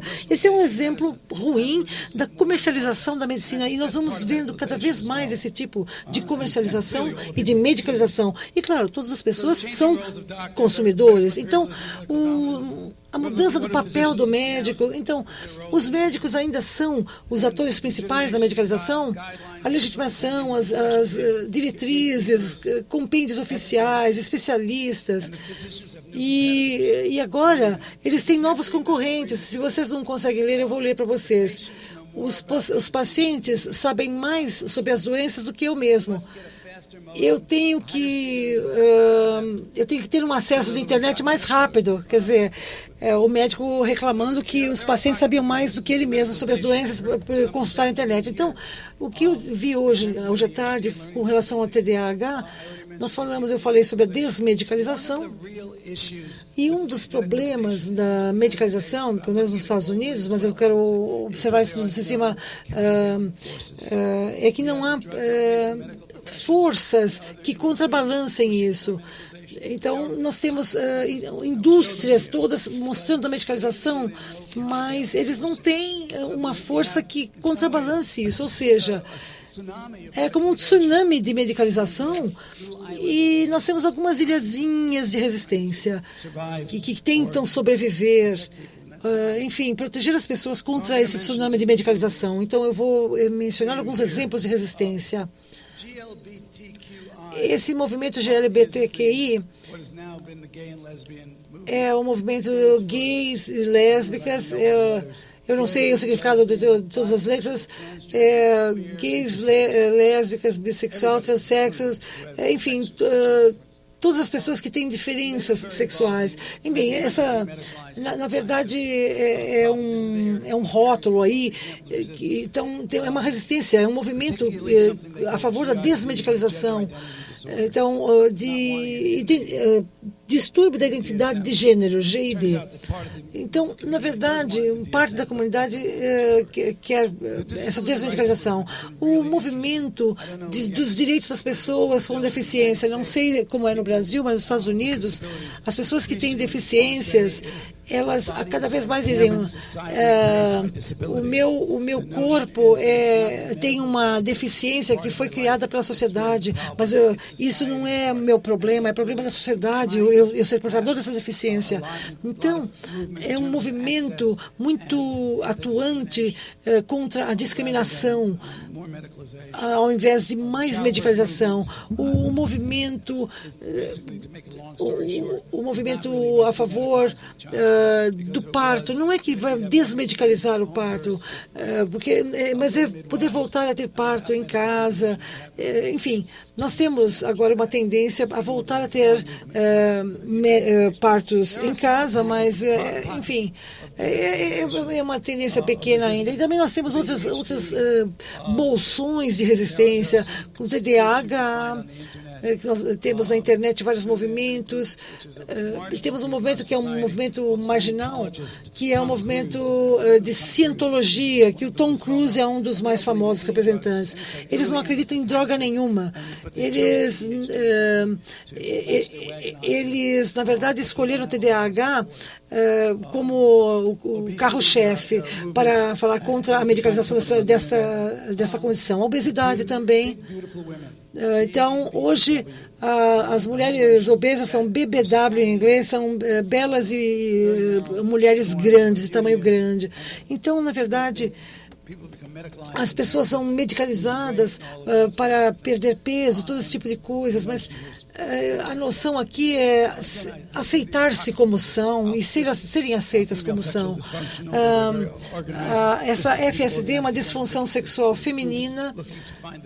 Então, na verdade, é o que chamamos de frigidez, e estão buscando um Viagra feminino para tratar disso, mas isso também é combatido, é um bolsão de resistência, porque não existe essa questão de... Bom, com relação à anorexia, não sei se vocês têm os sites pró-anorexia. Então, eles dizem o seguinte: anorexia é um estilo de vida, não é uma doença. Mas eu vou dizer a vocês, não, anorexia pode matar você. Mas eu gostaria que vocês observem isso, essas pró e contra a anorexia. Enfim, uns que consideram uma doença e outros que dizem que não, que é um estilo de vida. Eu não... que os anoréxicos não devem ser tratados ou medicalizados, mas, enfim, eu sugiro que vocês consultem a internet para ver os dois lados da questão. E quem que vai... já há uma escolha para a medicalização da anorexia. No caso da obesidade, também há uma medicalização. Agora, eu gostaria de falar um pouco mais em detalhes, mas eu vou resumir aqui. Você pode ter intervenção médica sem medicalização. Então, nós falamos em prevenção. Vou dar um exemplo onde nos Estados Unidos teve muito sucesso. Não, muito não, um sucesso relativo. Nos anos 60, nos anos 70, nós começamos a ver problemas particulares se tornarem públicos. Por exemplo, abuso sexual de crianças, espancamento. Então, isso acabou sendo medicalizado. Mas, pelo menos nos Estados Unidos, não se tornou medicalizado. E esse foi o seguinte: é o que se chama violência doméstica contra a mulher, não é? Espancamento da mulher. Mas o movimento feminino, movimentos pró-saúde, viram como solução do problema duas coisas: abrigos para as mulheres que estavam sofrendo esse abuso, essa violência doméstica, e a outra foi dar poder a essas mulheres, dar uma autonomia, não dar medicamentos. Então, os médicos da saúde pública se reuniram a esse movimento e desenvolveram formas nas quais se pode evitar a violência doméstica. E não foi tornando isso um problema clínico, mas uma síndrome de espancamento. Não, nada disso. Foi encontrar formas nas quais dar poder à mulher e encontrar locais seguros para essas mulheres, abrigos e formas de combater essas violências domésticas e ensinar as crianças sobre isso, o que as crianças podem e devem fazer, o que é aceitável e o que não é aceitável. Enfim, tivemos um sucesso relativo sem medicalização. Então, os médicos da saúde pública estão envolvidos diretamente com essa questão da violência doméstica. A minha pergunta é a seguinte: pode haver outras abordagens de saúde pública com relação a problemas que podem ser medicalizados? Eu gostaria de falar um pouco sobre algumas fronteiras da medicalização. E eu tenho algumas imagens que eu gostaria de mostrar. Bem, como eu disse anteriormente, a genética é o futuro. Na verdade, a medicalização da vida, ela acaba passando pela genética, principalmente em termos de melhoria genética, mas eu não vou aprofundar esse tema. Então, após o projeto Genoma Humano, que foi de 1989 até 2001, foi o mapeamento genético, o mapeamento do genoma humano, que foi bastante bem sucedido. Então, bem, a segunda questão aqui, na fronteira de medicalização, um risco, é a medicalização do risco. Bem, nós temos o risco de ter mais e mais condições que estão sendo medicalizadas como o risco. Então, nós temos que tomar cuidado com relação, por exemplo, a questões de problemas cardíacos, obesidade e outros problemas. Não estou dizendo que não sejam fatores de risco sérios, mas são exemplos de medicalização. Bom, esse é um exemplo que eu falei de um jogador de futebol americano, e aqui o treinador, e ele está fazendo, ele faz o anúncio de Levitra, que é um concorrente do Viagra. Então, eu já falei também das empresas farmacêuticas, do seu papel, e medicamentos anti-idade, anti-envelhecimento. Então, para cada questão, nós temos um medicamento. Então, nós temos, por exemplo, uma sociedade de medicamento, de medicina anti-envelhecimento. Então, o que as pessoas querem fazer, gastando milhares de dólares, é transformar o envelhecimento normal, transformar isso num problema médico. Então, por exemplo, esse é um exemplo da revista Business Magazine, onde nós temos um remédio chamado Jovem para Sempre, Forever Young. Eu também falei sobre as melhorias médicas, eu vou dizer o seguinte, essa é o café onde você faz o desenvolvimento genético. Então, a especialidade hoje é a seguinte, nós podemos combinar genes de pessoas magras, nós temos aqui pessoa que vai ter pernas longas, um QI de 160, enfim, é um menu como se fosse uma lanchonete, você manipula geneticamente o ser de acordo com os seus desejos e o que tinha lá no cardápio. Eu disse aqui, veja isso aqui, a gente precisa prestar atenção nisso aqui na internet. Por exemplo, os médicos são muito importantes na nossa sociedade. E quando eu estou doente, eu vou ao médico, mas para muitas pessoas que buscam a internet para fazer um autodiagnóstico, se automedicar, elas querem medicamentos, e esse que é o problema do futuro. A pessoa já quer ir ao médico pedindo um medicamento. Aqui são exemplos que eu não tenho nenhum do Brasil, mas aqui são assim, a globalização do TDAH. Na minha próxima palestra eu vou falar sobre isso. Esses aqui na parte de baixo, eu não sei se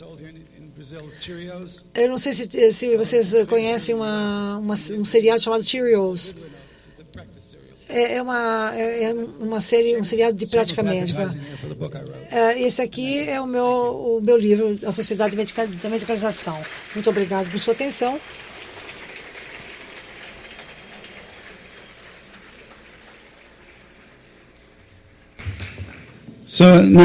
E agora, se quiserem me fazer perguntas, eu estou à disposição. A moderadora poderá lê-las e, por gentileza, podem me dirigir perguntas, seria um prazer em respondê-las.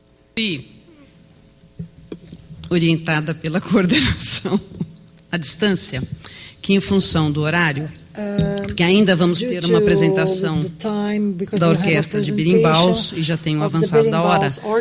Nós vamos receber algumas perguntas por escrito, e o professor vai selecionar umas 2 ou 3 para responder. Lembrando que no sábado, amanhã à noite, o professor Steven Strauss fará uma palestra sobre a questão da dislexia, e no sábado pela manhã, às 10h30, o professor Peter Conrad falará especificamente sobre a questão do TDAH. Então, ainda poderemos ter bastante tempo com ele. ADHD. So we will have some more time with Professor Peter Conrad. Olha, se forem perguntas, eu detesto essa palavra, objetivas. Mas, enfim, se forem perguntas, eu acho que tudo bem. O que é mais complicado é se as pessoas se alongarem, porque aí a gente pode perder o tempo de ouvir o professor. Ele prefere por escrito, né? Ele está avisando que ele prefere por escrito. Já tem uma que ele já vai responder. Alguém perguntou sobre bullying. Bullying é um fenômeno interessante. Eu estive num ano sabático entre 1966 e 1967 e enfim, os jornais falavam muito sobre bullying. Nos Estados Unidos não era um problema nessa época, em 66, 67, mas agora é um problema e parece que está aumentando também nos Estados Unidos esse problema do bullying. Eu não sei como é que é no Brasil, mas nos Estados Unidos se tornou um problema social, mas não foi medicalizado ainda dessa forma. Mas é uma coisa. Eu estava lendo um jornal ontem, no avião, eu estava vindo para cá. Ontem, hoje, não lembro porque eu não dormi muito bem. Mas, enfim, falando do TDAH no Reino Unido, então está havendo um número crescente de crianças que têm TDAH, também estão sendo vitimizadas ou são os que causam o bullying. Então, isso é interessante. Eu não tinha pensado, pelo menos até aqui eu não tinha. Ontem eu estava lendo isso, quer dizer, eu acho que a gente tem que prestar atenção. Quer dizer, o bullying também vai ser medicalizado, mas talvez seja medicalizado através de alguma coisa como, por exemplo, como TDAH ou distúrbio de oposição. Bom, eu seria assim, por exemplo, que você quer pintar a sala? Não, quer dizer, eu estaria sempre sendo do contra, um distúrbio da pessoa ser sempre do contra. Mas eu gostei muito dessa pergunta, mas eu não sei a resposta, se bullying vai ser medicalizado ou não. Ok. Eu vou, se vocês me permitem... Well, if you allow me... Se o professor me permite vocês, eu vou ler as 3 questões para ele poder fazer uma síntese, né? Porque eu acho que colocaram algumas questões que são todas interligadas. A força política e econômica que o movimento dos homossexuais tem é bem maior do que no caso dos diagnósticos de aprendizagem. Fico na dúvida sobre se os diagnosticados disléxicos, hiperativos, eu estou dando um tempo para a tradução para ele, conseguirão realizar essa luta no sentido da superação desse olhar medicalizado. O que o senhor pensa sobre isso? Medicalization site that they are really regarded as being for. Tem um outro que coloca aqui. No Brasil, atualmente, o professor também tem sido bastante medicalizado, principalmente com o diagnóstico do burnout, a síndrome do burnout, que é a grande moda entre os professores. E, pelo olhar da sociologia, o senhor considera que a medicalização tem relação com questões corporativas de algumas categorias profissionais? E o interesse da indústria farmacêutica, que é muito forte na sociedade atual. Podemos afirmar que é uma necessidade culturalmente implantada através das várias mídias e não uma necessidade socialmente legítima? Precisamos politizar a supermedicalização? Eventos como esse estão no caminho certo?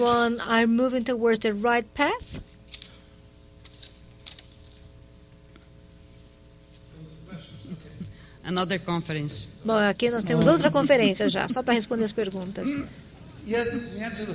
A resposta para a primeira pergunta é sim, eu concordo, mas não tenho mais nada a dizer. Eu acho que o exemplo dos homossexuais é muito interessante, porque ele mostra como é importante a gente tratar essa questão da medicalização e mover-nos para a desmedicalização. Imaginem as crianças dizendo coisas como distúrbios de aprendizagem e que isso aqui é bom.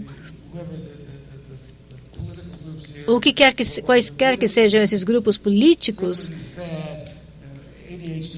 o TDAH é bom e a homossexualidade é bom, a homossexualidade não é uma doença, ele é um estilo de vida. Não, imagine as pessoas dizendo isso. A resposta é, nós temos que fazer alguma mudança política? Provavelmente sim. E parece que é o que os grupos estão fazendo aqui.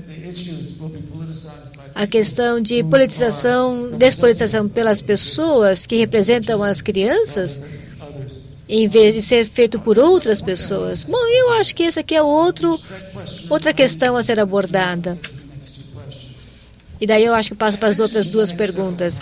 Eu penso em genética várias vezes. Eu vou falar um pouquinho mais na minha apresentação de sábado. Para aqueles que quiserem vir aqui no sábado e passar um tempo comigo.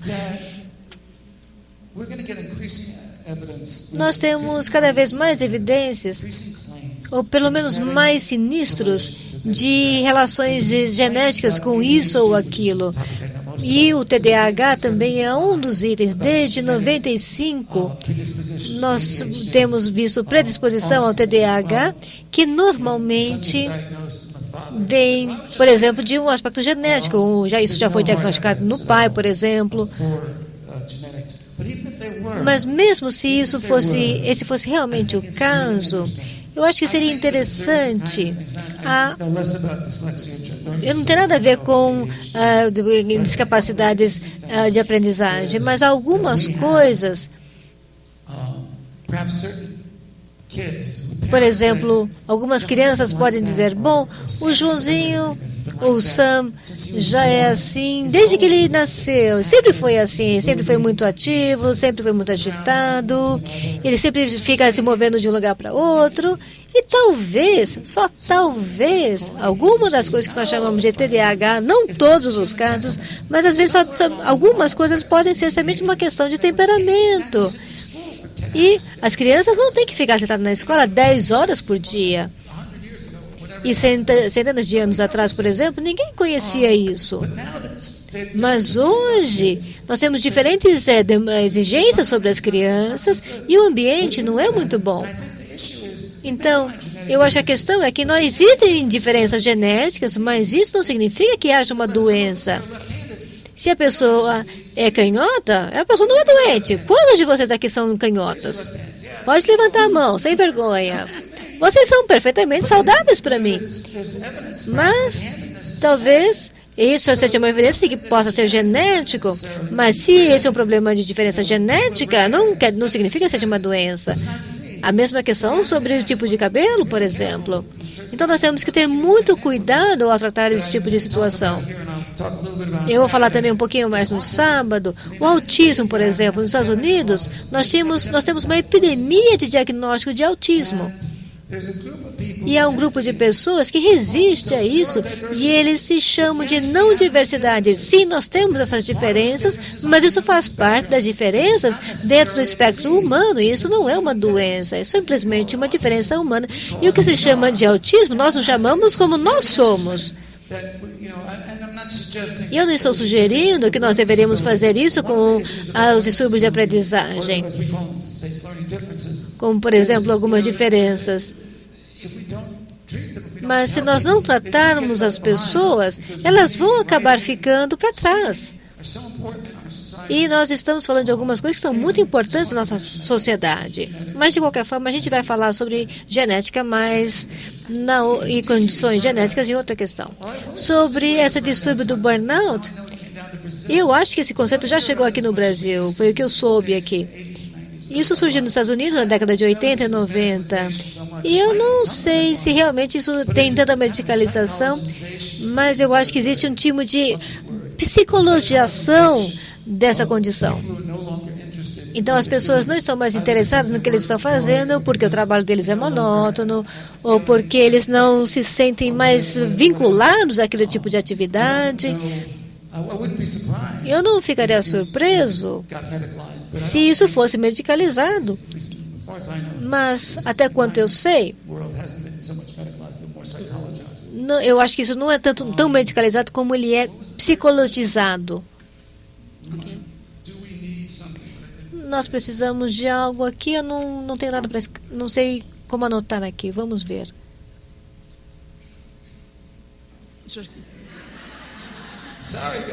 Desculpe, pessoal. Eu tenho um distúrbio aqui, que eu tenho aqui uma sentença incompleta. Eu não tomei o remédio hoje, então eu não fiz a anotação completa aqui da questão. Mas eu vou dar para vocês um outro exemplo. É uma última pergunta. Tudo bem, não tem problema. Eu vou dar a resposta.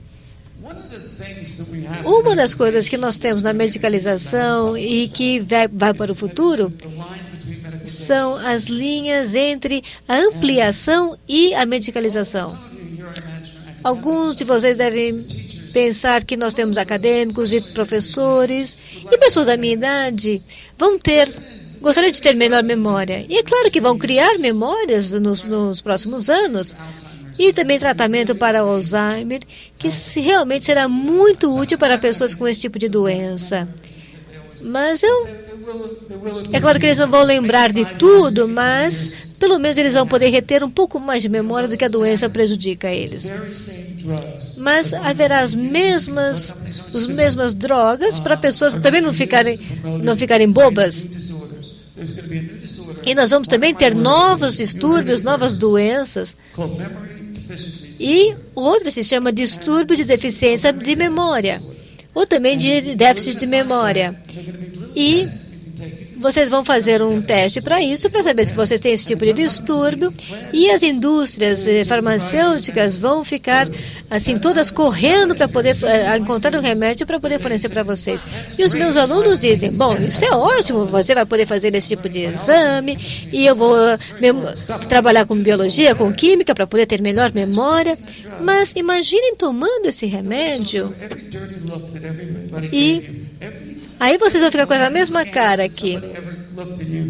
Aí as pessoas vão olhar para você e a melhor palavra que você vai ouvir é o quê?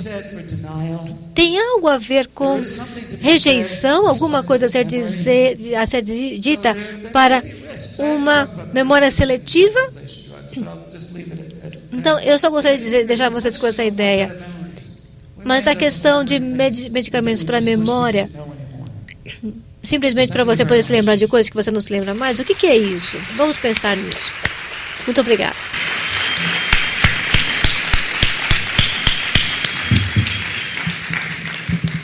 Bom, acho que dispensa qualquer comentário, né? O professor Peter realmente nos brindou com uma aula brilhante e nós só podemos agradecer a ele. E eu peço a vocês que esperem ainda, porque ainda não acabou o evento de hoje.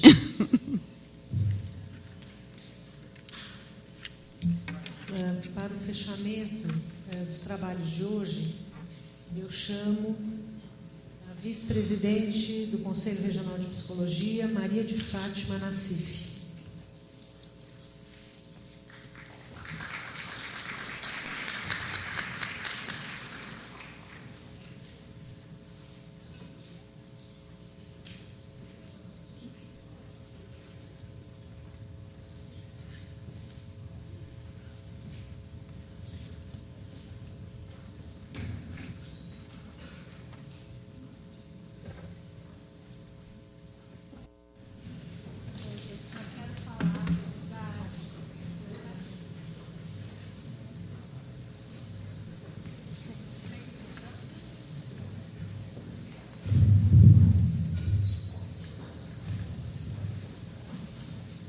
Quero falar da grande satisfação de ver acontecer esse encontro, que é fruto de muito trabalho, de muita dedicação de muita gente, e agradecer a presença de todos. E queria dizer que a polêmica em torno desse tema, ela justifica realmente essa discussão, a apresentação de vários pontos de vista diferentes que vão enriquecer esse debate e ajudar o posicionamento com relação ao fenômeno da medicalização, né, que é crescente na nossa sociedade. Nós do Sistema Conselho de Psicologia, temos promovido discussões amplas sobre esse tema, que é um tema que nos preocupa sobremaneira, né? E nós não nos colocamos refratários à discussão sobre os chamados distúrbios de aprendizagem, de comportamento, mas nós temos nos manifestado muito firmemente contra esse processo crescente de medicalização da sociedade. Do mesmo jeito, e mais especificamente com relação à escola, né? Do mesmo jeito como temos nos manifestado também de forma muito firme a respeito de um fenômeno paralelo, que é o da judicialização do cotidiano. Nós entendemos que a prática psicológica na escola, ela tem especificidades que são relacionadas ao campo educativo e à aprendizagem, mas não ao campo do diagnóstico, que entendemos que é da área da saúde, que pertence sim à saúde. Nós defendemos a saúde como um direito humano fundamental. Defendemos de forma intransigente o acesso universal à saúde e o aperfeiçoamento do Sistema Único de Saúde. Mas entendemos que o diagnóstico dos chamados transtornos de aprendizagem não pertence à área da escola, né? A medicalização, na nossa visão, ela culpabiliza o indivíduo por um fracasso que não é dele, né? No caso, o fracasso escolar. No caso, o indivíduo é uma criança ou um adolescente, né? De forma prioritária.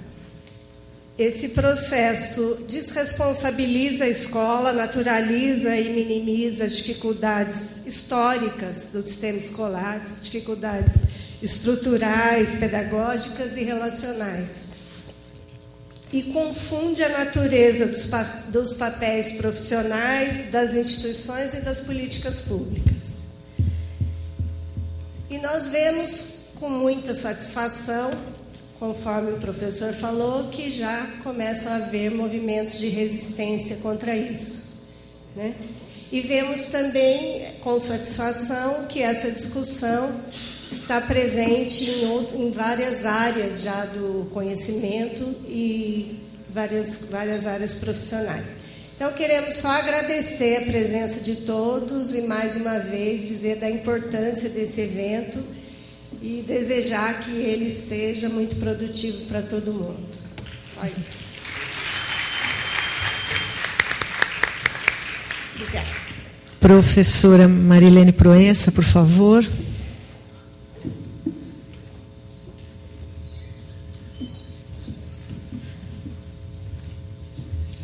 Bom, eu acabei de inaugurar mais uma nova síndrome, que é de esquecer de agradecer à comissão científica, que tanto participou, né, deste evento. Eu queria pedir uma salva de palmas.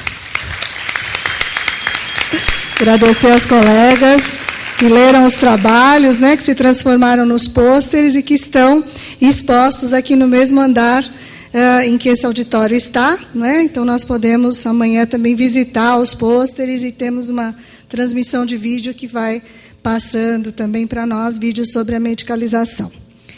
E agora a gente vai ter, finalizando o dia de hoje, nós queremos convidar a Orquestra de Birimbaus do Morro do Querosene, com a direção e a regência do mestre Dinho Nascimento.